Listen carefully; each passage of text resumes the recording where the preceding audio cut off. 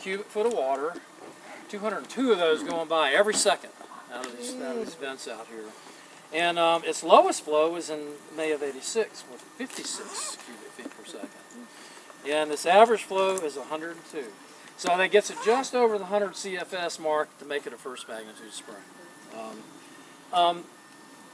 A lot of these springs along the St. John's here are high in chlorides. Salt Springs is aptly named. It's like 10% of seawater salinity. When you taste it, it's evident. And when you snorkel out into it, you can really feel that buoyancy of the salt forcing you back up. Let's see, compared to the chlorides, Salt Springs, 1,772. Silver Glen, which is a little bit on the high side, 453. Silver Springs is 9, and Alexander is 4.8. So this is what the locals will call a sweet spring, right? Yeah, very low in chlorides. It's low in dissolved solids. Another way of looking at water, total dissolved solids is a big one for water quality. How much calcium, magnesium, sodium, and all that other stuff is dissolved in the water. Salt Springs is 3,454. Silver Glen is 1,062. Silver is 268, and Juniper is 67. So it's a sweet spring in respect to all the dissolved solids also. The age of the water, all these springs around here vary from about 25 to 45 years. They have these tricky little ways looking at man-made things that nature never had before, like some of the high fluorocarbons that we have manufactured, got into the atmosphere, came down with the rain, got in the soil, ended up in the springs, and they can figure out how old the water is. So that's 25 to 45 is basically it. Chloride trends, Alexander is increasing, but at an insignificant rate, and most of them are about like that. And the nitrates here, the big problem now in Florida is nutrients, fertilizer in the water. We've got widespread pollution of the Florida aquifer. And like some of the springs are coming out over the drinking water standards, which is 10 parts per million. Above that, you're not supposed to drink it, especially pregnant women. Blue baby syndrome, this and that. Anyhow, some of them are as high as 40. But we're lucky here in the forest because the bulk of the watershed is out here where it's just silviculture, right? And pine trees and stuff.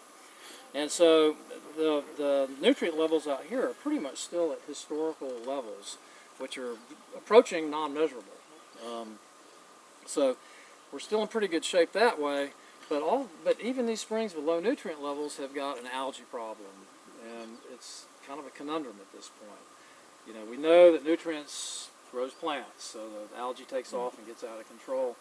But like Silver Glen, where we had our last field trip, it's got a bad algae problem, but the nutrients are still at historical levels. We don't know really what's going on. So it's more than just nutrients. Some people think we pulled so much water off the top of the aquifer that the more mineralized stuff is coming up, and that's kicking off the algal growth, but the jury's still out on that. And that's about it. This spring, we passed over the spring run, that bridge right over there, and it flows 10 river miles out to the St. John's River. It's a pretty cool canoe trip. Water's kind of dark now. We've been having a lot of rain, and there's swamps all around this, and they drain out there and stay in the water, but it'll be crystal clear out here. So there's a crayfish that lives in this spring. It's the Alexander Springs cave crayfish. There's only been one specimen ever seen. The cave's not big enough to go cave diving into and go find them.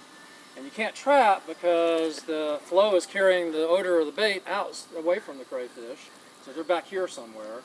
And one of them happened to wander out, and somebody spotted it, caught it, and gave it to a ranger, and the species has been described on that one specimen. What's that? That was How do you know we didn't 50 years ago now, I think. And is it extinct? these little caves, if you're good enough to snorkel down about 25 feet, you can actually go into these little caves. And when you can, about a body length in the main one, there's a mineral formation called goethite, named after Goethe, the philosopher scientist from Germany, Prussian, wherever it was. Anyhow, you know the Elvis paintings with the black velvet kind of, it looks like that. The walls are just coated with it. there's a thin little fuzz of bacteria that's involved in this goethite formation. And there's these little animals called isopods. So they're cave adapted, they're white, they're blind, and they live on that, even though the water's gushing by there so strong, it doesn't blow them out because they're on that little thin boundary layer where there is no flow. And that's where they live. And the only way to collect them in there is like with a suction device. So I went in with a turkey baster, right? Do they look like pill bugs or something? No, not at all. They look like a little teeny centipede, maybe about this long. They're just as white as can be, little legs. But, so they look like and a of course, centipede. pill bugs are isopods, Right. and yeah, Huh. but they look different from those. In Mexico, over there, they have these isopods that are cave adapted that look like giant pill bugs, like tanks, and they're Yeah. white. Yeah. They could even roll up.